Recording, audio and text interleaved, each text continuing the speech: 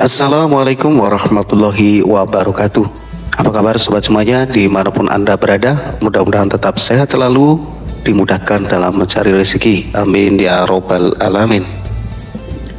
Sedikit di sini akan menceritakan siapakah sebenarnya Abu Nawas. Siapakah Abu Nawas? Tokoh yang dianggap badut namun juga dianggap ulama besar ini. Sufi, tokoh super lucu yang tiada bandingannya ini aslinya orang Persia yang dilahirkan pada tahun 750 Masehi di Ahwas, meninggal pada tahun 819 Masehi di Baghdad. Setelah dewasa ia mengembara ke Basra dan Kufa. Di sana ia belajar bahasa Arab dan bergaul rapat sekali dengan orang-orang Badui padang pasir. Karena pergaulannya itu ia mahir bahasa Arab dan adat istiadat dan kegemaran orang Arab. Ia juga pandai bersyair, berpantun dan menyanyi. Ia sempat pulang ke negerinya namun pergi lagi ke Baghdad bersama ayahnya. Keduanya menghambakan diri kepada Sultan Harun al-Rasyid, Raja Baghdad. Mari kita mulai kisah menggeli hati ini. Bapaknya Abu Nawas adalah penghulu kerajaan bernama Maulana. Pada suatu hari bapaknya Abu Nawas yang sudah tua itu sakit parah dan akhirnya meninggal dunia. Abu Nawas dipanggil ke istana. Ia diperintah Sultan Raja untuk mengubur jenazah bapaknya itu sebagaimana adat Syekh Maulana. Apa yang dilakukan Abu Nawas hampir tiada bedanya dengan Kadi Maulana, baik mengenai tata cara memandikan jenazah hingga mengkafaninya, menyolatinya dan mendoakannya. Maka Sultan bermaksud mengangkat Abu Nawas menjadi Kadi atau penghulu, menggantikan kedudukan bapaknya. Namun demi mendengar rencana sang Sultan, tiba-tiba Abu Nawas yang cerdas itu tiba-tiba nampak berubah menjadi gila. Usai upacara pemakaman bapaknya, Abu Nawas mengambil sepotong batang pisang dan diperlakukannya seperti kuda. Ia menunggang kuda dari batang pisang itu sambil berlari-lari dari kuburan bapaknya menuju rumahnya. Orang yang melihatnya menjadi terheran-heran dibuatnya. Pada hari yang lain ia mengajak anak-anak kecil dalam jumlah yang cukup banyak untuk pergi ke makam bapaknya. Dan di atas makam bapaknya itu ia mengajak anak-anak bermain rebana dan bersukacita. Kami semua orang semakin heran atas kelakuan Abu Nawas itu. Mereka menganggap Abu Nawas sudah menjadi gila karena ditinggal mati oleh bapaknya. Pada suatu hari ada beberapa orang utusan dari Sultan Harun al-Rasyid datang menemui Abu Nawas. "Hai Abu Nawas, kau dipanggil Sultan untuk menghadap ke istana," kata Wasir, utusan Sultan. "Buat apa Sultan memanggilku? Aku tidak ada keperluan dengannya," jawab Abu Nawas. Dengan entengnya seperti tanpa beban. "Hai Abu Nawas, kau tidak boleh berkata seperti itu kepada rajamu." "Hai Wasir, kau jangan banyak cakap. Cepat ambil ini, kudaku ini, dan mandikan di sungai supaya bersih dan segar," kata Abu Nawas sambil menyodorkan sebatang pohon pisang yang dijadikan kuda-kudaan.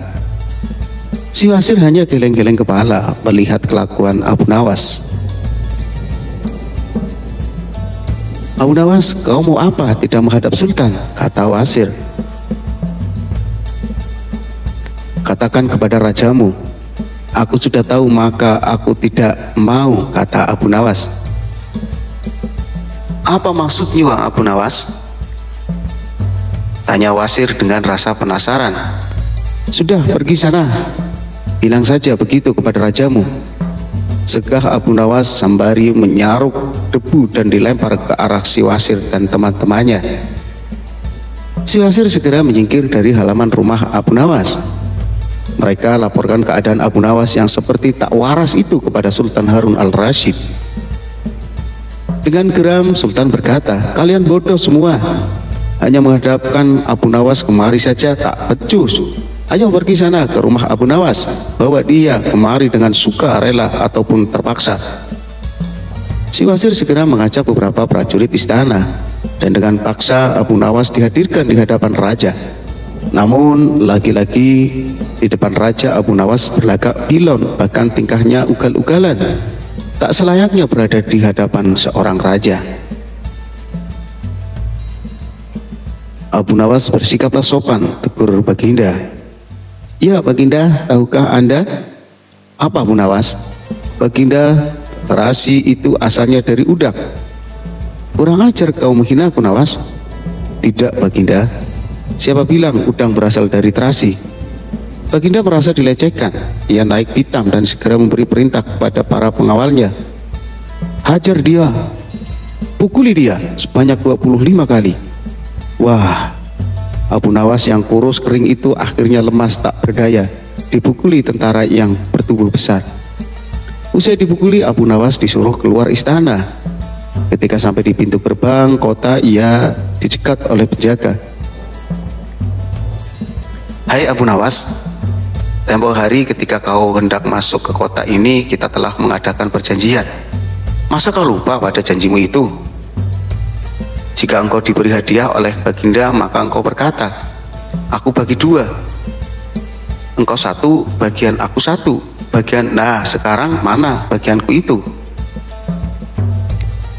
Hei penjaga pintu gerbang, apakah kau benar-benar menginginkan hadiah Baginda yang diberikan kepada tadi? Iya tentu, kan sudah merupakan perjanjian kita. Baik, aku berikan semuanya, bukan hanya satu bagian. Wah, ternyata kau baik hati Abu Nawas. Memang harusnya begitu. Kau kan sudah sering menerima hadiah dari Baginda. Tanpa banyak cakap lagi, Abu Nawas mengambil sebatang kayu yang agak besar, lalu orang itu dipukulinya sebanyak 25 kali. Tentu saja orang itu menjerit-jerit kesakitan dan menganggap Abu Nawas telah menjadi gila. Setelah penunggu gerbang kota itu klenger, Abu Nawas meninggalkan begitu saja. Ia terus melangkah pulang ke rumahnya. Sementara itu si penjaga pintu gerbang mengadukan nasibnya kepada Sultan Harun al-Rasyid. Ya tuanku, Syekh Alam, ampun beribu ampun. Hamba datang kemari mengadukan Abu Nawas yang telah memukuli hamba sebanyak 25 kali tanpa suatu kesalahan. Hamba mohon keadilan dari tuanku Baginda.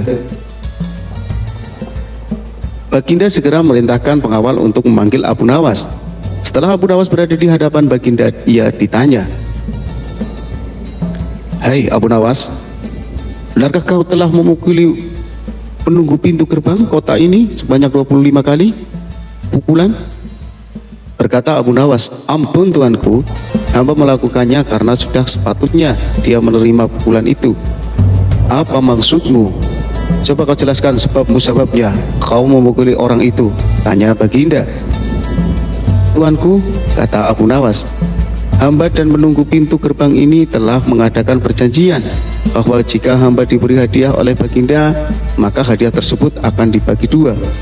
Satu bagian untukku, satu bagian untuk saya, dan pagi tadi hamba menerima hadiah 25 kali pukulan, maka saya berikan pula hadiah 25 kali pukulan kepadanya. Hai penunggu pintu gerbang, benarkah kau telah mengadakan perjanjian seperti itu dengan Abu Nawas? Tanya Baginda. Benar tuanku, jawab penunggu pintu gerbang. Tapi hamba tiada mengira jika Baginda memberikan hadiah pukulan. Haha, dasar tukang peras, sekarang kena batunya kau, sahut Baginda. Abu Nawas tiada bersalah, bahkan sekarang aku tahu bahwa penjaga pintu gerbang kota Baghdad adalah orang yang suka narket, suka memeras orang. Kalau kau tidak merubah kelakuanmu burukmu itu, sungguh aku akan memecat dan menghukum kamu. Ampun tuanku, sahut penjaga pintu gerbang dengan gemetar. Abu Nawas berkata, tuanku, hamba sudah lelah, sudah mau istirahat. Tiba-tiba diwajibkan hadir di tempat ini, padahal hamba tiada bersalah. Hamba mohon ganti rugi, sebab jatah waktu istirahat hamba sudah hilang karena panggilan tuanku. Padahal besok hamba harus mencari nafkah untuk keluarga hamba. Sejenak Baginda melengat. terkejut atas protes Abu Nawas. Namun tiba-tiba ia tertawa terbahak-bahak. Hahaha, jangan khawatir Abu Nawas. Baginda kemudian memerintahkan bendahara kerajaan memberi sekantong uang perak kepada Abu Nawas. Abu Nawas pun pulang dengan ganti gembira. Tetapi sesampai di rumah, Abu Nawas masih bersikap aneh dan bahkan semakin nyentrik seperti orang gila sungguhan. Pada suatu hari, Raja Harun al-Rasyid mengadakan rapat dengan para menterinya. Apa pendapat kalian mengenai Abu Nawas yang hendak kuangkat sebagai kadi? Wasir atau Perdana Menteri berkata, melihat keadaan Abu Nawas yang semakin parah otaknya, maka sebaiknya tuanku mengangkat orang lain saja menjadi kadi. Menteri-menteri yang lain juga mengutarakan pendapat yang sama. Tuanku, Abu Nawas telah menjadi gila, karena itu dia tak layak menjadi kadi. Baiklah, kita tunggu dulu sampai 21 hari, karena bapaknya baru saja mati.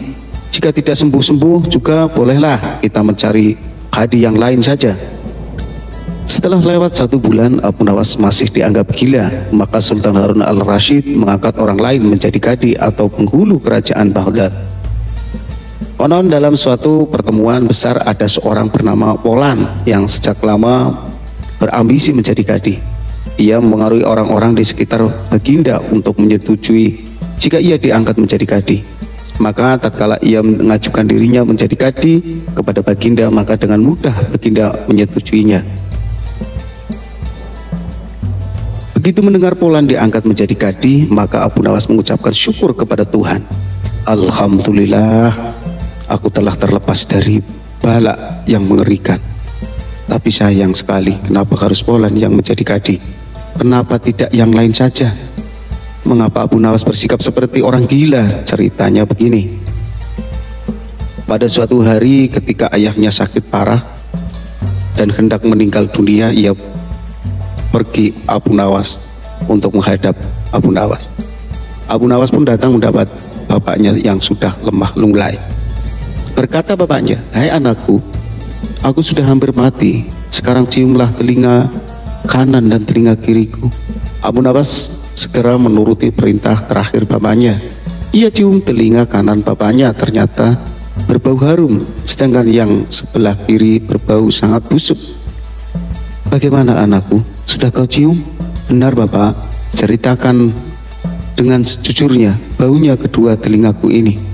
Aduh pak, sungguh mengherankan, telinga bapak yang sebelah kanan berbau harum sekali, tapi yang sebelah kiri kok baunya amat busuk. Hai anakku, aku Nawas, tahukah apa sebabnya bisa terjadi begini? Wahai bapakku, cobalah ceritakan kepada anakmu ini. Berkata Syekh Maulana, pada suatu hari datang 2 orang mengadukan masalahnya kepadaku. Yang seorang aku dengarkan keluhannya, tapi yang seorang lagi karena aku tak suka maka tak ku dengar pengaduannya. Inilah risiko menjadi kadi atau penghulu. Jika kelak kau suka menjadi kadi, maka kau akan mengalami hal yang sama. Namun jika kau tidak menjadi kadi, maka buatlah alasan yang masuk akal agar kau tidak dipilih sebagai kadi oleh Sultan Harun al-Rasyid. Tapi tak bisa tidak, Sultan Harun al-Rasyid pastilah tetap memilihmu sebagai kadi. Nah, itulah sebabnya Abu Nawas pura-pura menjadi gila, hanya untuk menghindari diri agar tidak diangkat menjadi kadi. Seorang kadi atau penghulu pada masa itu kedudukannya seperti hakim yang memutus suatu perkara. Walaupun Abu Nawas tidak menjadi kadi, namun dia sering diajak konsultasi oleh sang raja untuk memutus suatu perkara. Bahkan ia kerap kali dipaksa datang ke istana hanya sekedar untuk menjawab pertanyaan baginda raja yang aneh-aneh dan tidak masuk akal. Oke teman-teman semuanya, mudah-mudahan cerita tadi bermanfaat. Ambil yang baik, buang yang negatif. Mudah-mudahan bermanfaat. Terima kasih untuk mohon dukungannya. Subscribe channel Official Story dan terus pandingi terus cerita-cerita dari Abu Nawas. Terima kasih, sampai jumpa lagi. Wassalamualaikum warahmatullahi wabarakatuh.